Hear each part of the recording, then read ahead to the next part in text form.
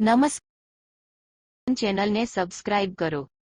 મિત્રો, જો તમે પણ સવારે 3 થી 5 ની વચ્ચે જાગો છો તો આ વિડીયોમાં જાણી લો કે આવા એક પરિસ્થિતિ તમને કયા સંકેતો મળે છે।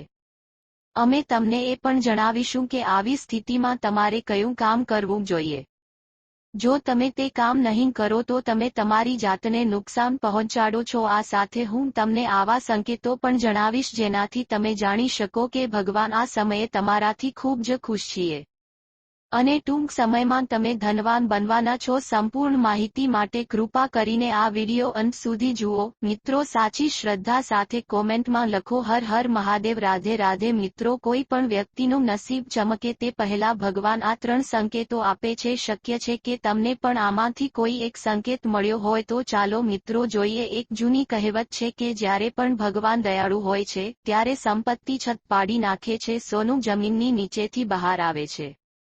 ભગવાન આપણી સાથે છે અને માણસ આપણી સાથે છે। જો બંનેની મહેનત જોડવામાં આવે તો તે વ્યક્તિને ઊંચાઈને સ્પર્શવામાં સમય નથી લાગતો। પરંતુ શું તમે જાણો છો કે ભગવાન પણ આ સંકેત પહેલા આપે છે ત્યારે તે વ્યક્તિ સફળ થાય છે? આપણે તમને જણાવી દઈએ કે આ વાત આપણે નથી કહેતા પણ પુરાણો અને શાસ્ત્રોમાં પણ કહેવાયું છે। તો મિત્રો ચાલો અને સાંભળીએ કે ગુરુજી તેના વિશે શું કહે છે। મિત્રો, જ્યારે પણ વ્યક્તિ પર સારા દિવસો આવે છે ત્યારે ભગવાન ચોક્કસપણે તેને આ નિશાની આપે છે। તમે પણ જાણો છો, શું તમને આ સંકેતો મળ્યા છે? તો ચાલો જાણીએ। મિત્રો, તમે જાણતા જ હશો કે આખા દિવસની ધમાલ પછી રાત્રે આપણને શાંતિની ઊંઘ આવે છે, પરંતુ આવી સ્થિતિમાં કેટલાક લોકોની ઊંઘ રાત્રે ચોક્કસ સમયે પહોંચે છે। ઘણી વખત લોકો રાત્રે જાગે છે, ઘણી વખત લોકો રાત્રે જાગે છે અને તેઓ તેની સામાન્ય માને છે, પરંતુ આ સામાન્ય બાબત નથી। જ્યારે તમે પેશાબ કરો છો અથવા તરસ લાગે છે ત્યારે ઊંઘ ગુમાવી સામાન્ય છે। આ પ્રકારની નિંદ્રા ચિંતાનો વિષય નથી, પરંતુ જો તમારી આંખ દરરોજ રાત્રે એક જ સમયે ખુલે છે તો તેના કેટલાક કારણો છે। શક્ય છે કે રાત્રે 11મી સવારે 1 વાગ્યાની વચ્ચે આંખો ખુલે। જો તમે અચાનક જાગી જાઓ રાત્રે 11 વાગ્યાથી 1 વાગ્યાની વચ્ચે સુધી વખતે તમે ખૂબ જ ચિંતિત છો, આવી સ્થિતિમાં તમારે ગાયત્રી મંત્રનો જાપ કરવો જોઈએ। જો રાત્રે બપોર હોય તો તમે 1 થી 2 વાગ્યાની વચ્ચે જાગી જાઓ છો તો તે સૂચવે છે કે વ્યક્તિનો ગુસ્સો। આ સમસ્યાથી છુટકારો મેળવવા માટે ઠંડુ પાણી પીવો અને આનો સામનો કરવા માટે સૂતા પહેલા તમારા હાથ પગ ધોઈ લો। નિયમિત રીતે આમ કરવાથી તમને સકારાત્મક પરિણામ મળશે। પરંતુ જે લોકો રાત્રે 3 થી 5 દરમિયાન જાગી જાય છે તો તેનો અર્થ શું છે અમને ખબર છે, પણ મિત્રો આ સૌ પ્રથમ તો તમને વિનંતી છે કે વિડીયો લાઇક કરો, તમારા મિત્રો સાથે શેર કરો અને જો તમે હજુ સુધી નથી કરી તો કૃપા કરીને સબસ્ક્રાઇબ કરો અને બેલ આઇકોન દબાવો। મિત્રો, તે પહેલા આપણે જાણીએ છીએ કે જ્યારે પણ કોઈ વ્યક્તિના સારા દિવસો આવે છે ત્યારે ભગવાન તેને ચોક્કસપણે આ સંકેત આપે છે। તમે પણ જાણો છો કે તમને આ સંકેતો મળ્યા છે કે કેમ, તો ચાલો મિત્રો જાણીએ। નંબર 1, જો કોઈ વ્યક્તિ અચાનક 3 વાગ્યા પછી ફરીથી જાગી જાય રાત્રે તો તેની નાની વાત ન સમજો। આ સંકેત ખૂબ જ શુભ માનવામાં આવે છે કે રાત્રે 3 વાગ્યા પછી દેવી દેવતાઓની શક્તિઓ જાગી જાય છે જે તમને ઘણું કહેવા માંગે છે। એક પરિસ્થિતિમાં તમારે વારંવાર સવારે 3 વાગ્યે જાગવું એ કાર્ય પૂર્ણ થવાનો સંકેત છે। શાસ્ત્રો અનુસાર આ સમય માતા સરસ્વતી ચોક્કસપણે આપણી જીભ પર બિરાજે છે। જો આ સમયે તમે સાચા દિલથી કંઈ પણ માગો તો માતા સરસ્વતી ચોક્કસથી તે પૂરી કરે છે, કારણ કે આ સમય માતા સરસ્વતી તમારી જીભ પર બેસે છે અને આ સમય માતા ચોક્કસ આવે છે। આ સમય તમે માતા પાસેથી જે પણ વરદાન માગો છો એ ચોક્કસથી પૂરું થાય છે, સાચું બને છે, સાચી વાત બની જાય છે। મિત્રો, ત્યાં જ રાત્રે 3 વાગ્યે પરિણામ મળે છે। 3 વાગ્યા પછી દેવી દેવતાઓ પાસેથી માંગેલું વરદાન ક્યારે નકામું જતું નથી। ભગવાન તમારી પ્રાર્થના ચોક્કસ સાંભળે છે। પરંતુ મિત્રો, જ્યારે પણ તમારી આંખ સવારે 3 થી 5 વાગ્યાની વચ્ચે ખુલે છે ત્યારે તમારે આ કાર્ય અવશ્ય કરવું જોઈએ જે ભગવાન પોતે કહે છે। અમે તમને જાણવા માંગીએ છીએ કે જો તમે આ નહીં કરો તો તમને શુભ ફળ નહીં મળે। તે શું કામ છે અમે તમને આગળ જણાવીશું, પરંતુ તે પહેલા ચાલો જાણીએ કે આવા અન્ય સંકેતો શું છે। મિત્રો ચાલો આગળ વધીએ. નંબર 2 શાસ્ત્રો અનુસાર જો તમારા સપનામાં દેવી દેવતાઓ દેખાય તો તે ખૂબ જ શુભ માનવામાં આવે છે. એવું માનવામાં આવે છે કે તમારા સપનામાં દેવી દેવતાઓનું આગમન ખૂબ જ લાભદાયી છે. તમારા સપનામાં દેવી દેવતાઓનું દેખાવો એ ધર્મનિષ્ઠ વ્યક્તિ હોવાની નિશાની છે. આવા વ્યક્તિને ટૂંક સમયમાં સફળતા મળે છે, પણ આવા સપના ક્યારેય કોઈની સાથે શેર ન કરવું જોઈએ. મિત્રો નંબર 3 જો તમે તમારા સપનાને જોઈ શકો છો અને ત્યાંથી એક દોડ વહે છે અને જો તમે આ પાણી પીશો તો તમને ચોક્કસ સફળતા મળશે અને આ સંકેતનો અર્થ છે કે મિત્રો ભગવાન સ્વયં તમને આશીર્વાદ આપી રહ્યા છે. મિત્રો ચોથું નંબર એ પૂર્વ સૂચન છે. જો તમે આવનારી ઘટનાઓની આગાહી કરી શકો છો તો તમારે સમજવું જોઈએ કે દૈવી શક્તિઓએ તમને આશીર્વાદ આપ્યા છે. મિત્રો પાંચમો નંબર પરિવારનો પ્રેમ છે. તમારી પત્ની, પુત્ર, પુત્રી અને તમારા પરિવારના તમામ સભ્યો તમારા આદેશનું પાલન કરે છે, તમને પ્રેમ કરે છે અને તમે પણ તેમને પ્રેમ કરો છો. તો તમારે સમજી લેવું જોઈએ કે દેવી શક્તિઓ બધા ખુશ છે. મિત્રો છઠ્ઠા નંબર તમને જીવનમાં અચાનક એક દોરા કરતાં વધુ ઝડપથી લાભ મળે છે. તમારા કોઈ પણ કાર્યમાં તમને કોઈ પણ પ્રકારનો લાભ મળતો નથી, મુશ્કેલીમાં કોઈ અવરોધો ઊભા થતા નથી અને તમને બધું જ સરળતાથી મળી જાય છે. તો તમારે સમજવું જોઈએ કે દેવી શક્તિઓ તમને મદદ કરી રહી છે.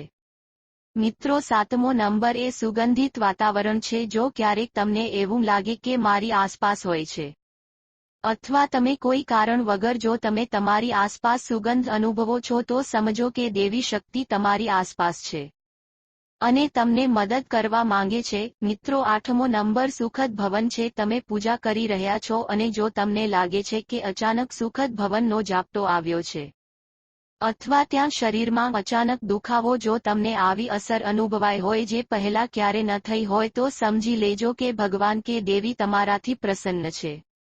મિત્રો નવો નંબર ઠંડી હવાનું વર્તુળ. જમીન પર રહેતા પણ ક્યારેક તમને લાગે છે કે તમારી આસપાસ વાદળો છે કે ઠંડી હવા છે. વિષ્ણુ કવચની એક ગુંજ છે જેણે મને ઘેરી લીધું છે.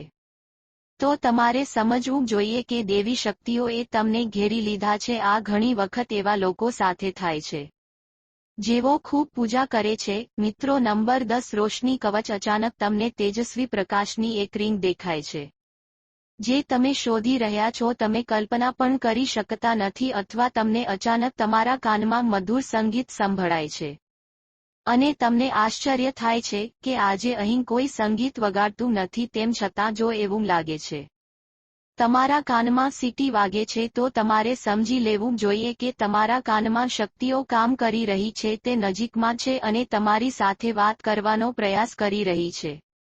આ ઘણીવાર એવા લોકો સાથે થાય છે જેઓ તેમના ભગવાનના મંત્રનો સતત જાપ કરતા રહે છે. મિત્રો નંબર 11 કોઈનો અવાજ સાંભળીને તમે રાત્રે ઊંઘમાં છો અને તમને લાગે છે કે કોઈ પ્રાણીએ તમને બોલાવ્યો છે અથવા તમને જગાડવાનો પ્રયાસ કર્યો છે અને તમે અચાનક ઉઠી જાઓ છો, પરંતુ પછી તમને ખ્યાલ આવે છે કે અહીં કોઈ નથી પરંતુ તમે ચોક્કસપણે બોલાવ્યા છે. જો આ તમારી સાથે ઘણીવાર બન્યું છે પછી તમે સમજો છો કે તમને કોઈ અલૌકિક શક્તિ દ્વારા આશીર્વાદ મળે છે અને આભાર માનવો જોઈએ. મિત્રો નંબર 12 જો તમે તમારા સપનામાં લીલાછમ બગીચા અથવા ખેતરો જોવો છો એટલે કે ચારે બાજુ હરિયાળી જ દેખાતી હોય તો એનો અર્થ એવો થાય છે તમને જલ્દી જ પૈસા મળવાના છે. તેમ જ જો તમને સપનામાં શંખ દેખાય છે તો તેનો અર્થ એ કે તમારી પાસે કોઈ છે. મિત્રો પૈસા કોઈ પણ માધ્યમથી આવવાના છે. ધન પ્રાપ્તિનો સંકેત માનવામાં આવે છે. સ્વપ્નમાં લાલ ઋષિને શૃંગાર ધારણ કરતા જોવું તો તેનો અર્થ એ થયો કે દેવી લક્ષ્મીએ તમને દર્શન આપ્યા છે, જેથી તમારા આર્થિક સ્થિતિ જલ્દી સારી થવાના સંકેત છે. કારણ કે જ્યારે માતા લક્ષ્મી સવજો તે તમારા સપનામાં આવ્યા છે તો તે જલ્દી જ તમારા ઘરે પણ આવશે. સપનામાં શેરડી જોવી એ પણ ધન આવવાનો સંકેત માનવામાં આવે છે. જો તમે તમારા સપનામાં સફેદ કે સોનેરી રંગનો સાપ જોયો હોય તો તેનો અર્થ છે તમને જલ્દી પૈસા મળશે. મિત્રો 14 નંબર સ્વપ્નમાં તમારી જાતને જુઓ. તમારી જાતને ઘોડા પર સવારી કરતા જોવાનો અર્થ એ છે કે તમને કોઈ નવો કામ મળી શકે છે જે તમને સારો નફો થશે. જો નોકરી કરતા લોકોનું આ સપનું છે તેનો અર્થ એ છે કે જો તમે તમારા સ્વપ્નમાં કાળા વાદળો જોશો તો તમે પ્રગતિ કરશો। આ ઉપરાંત જો તમે વરસાદ જોશો તો તેનો અર્થ એ છે કે તમે ગમે તે રોકાણ કરી રહ્યા છો જો તમે ત્યાં હોવ તો તમને લાભ મળશે। સ્વપ્નમાં સોપારી ખાવાથી સુખ સમૃદ્ધિ આવશે। મિત્રો 15 નંબર સૂચવે છે જો તમે તમારા સ્વપ્નમાં નાનું બાળક જુઓ છો તો થમુક થમુક। જો તમે ઘર ચાલતા કે લડુ ગોપાલ જુઓ છો તો તેનો અર્થ એ છે કે તમને જલ્દી ક્યાંકથી પૈસા મળવાના છે કે તમારી ભક્તિનું ફળ મળશે। મિત્રો એ સફેદ કમળ લાલ ચમેલી ચાંદની અને ગુલમહોરના ફૂલો છે તેની સ્વપ્નમાં જોવું એ ચોક્કસપણે ભવિષ્યમાં અપાર સંપત્તિનો સંકેત છે। મિત્રો 16 નંબર એ રાત્રે એક ક્ષણ માટે અચાનક વાંસળી કે ઘંટડીનો અવાજ સાંભળવો એ પણ એક શુભ સંકેત માનવામાં આવે છે કે આવો અવાજ સાંભળવો તેનો અર્થ છે કે તમારા ઘરે દેવતાઓ આવી રહ્યા છે। આવી સ્થિતિમાં હરિ નામનો જાપ કરો, બોલતા બોલતા સૂઈ જાવ। ધ્યાનમાં રાખો કે કોઈ દિવસ તમને આવો અવાજ સંભળાશે। જો તમને આવી કોઈ લાગણી હોય અથવા સાંભળવામાં આવે તો તે પ્રશ્નનો બીજો કરશો નહીં। આ લાગણીઓ વિશે ફક્ત તમારા કુટુંબ અથવા વડીલને જ કહો, તેને બહારના વ્યક્તિને કહેવાથી તેની અસર ઓછી થાય છે। સંભળાય છે તો તે ખૂબ જ તે એક સારો સંકેત છે, તેથી તમારે ડરવું જોઈએ નહીં। ઘણા લોકો તેને નકારાત્મક માને છે, તેવું શક્તિ સાથે જોડાયા પછી ડરી જાય છે અને ઉઠીને ઘરની લાઇટો ચાલુ કરે છે, પરંતુ જો તમે આવા અવાજ સાંભળો છો તો આ કરવાની જરૂર નથી। આ નકારાત્મક શક્તિઓની નિશાની નથી। આ સમયે જો પાયલનો અવાજ સંભળાય છે તો તેનો અર્થ એ છે કે તમારા ઘરમાં માતા લક્ષ્મીનું આગમન થઈ રહ્યું છે। એવું કહેવાય છે કે જ્યારે માતા લક્ષ્મી ઘરમાં આવે છે ત્યારે તે પોતાની અવાજથી તમને સંકેત આપે છે કે તે તમારા ઘરે આવે છે। એવા સમયે ડરવાને બદલે ખુશ રહો અને લક્ષ્મીજીનું ધ્યાન કરીને તમારી ઈચ્છા વ્યક્ત કરો અને સૂઈ જાઓ, પણ કોઈને કહો નહીં। આ વાતો જતી નથી, ક્યાંને પણ સાંભળવામાં આવતું નથી, તે સંપત્તિની જેમ ગુપ્ત રાખવામાં આવે છે। તેની તેનામાં રાખો જે તમારા માટે સારું છે અને ખુશીનો વરસાદ થશે। મિત્રો આ એવા સંકેતો છે જેના દ્વારા તમે જાણી શકો છો કે ભગવાન તમારાથી ખૂબ જ ખુશ છે અને ટૂંક સમયમાં તે તમને અમીર બનાવવા જઈ રહ્યા છે।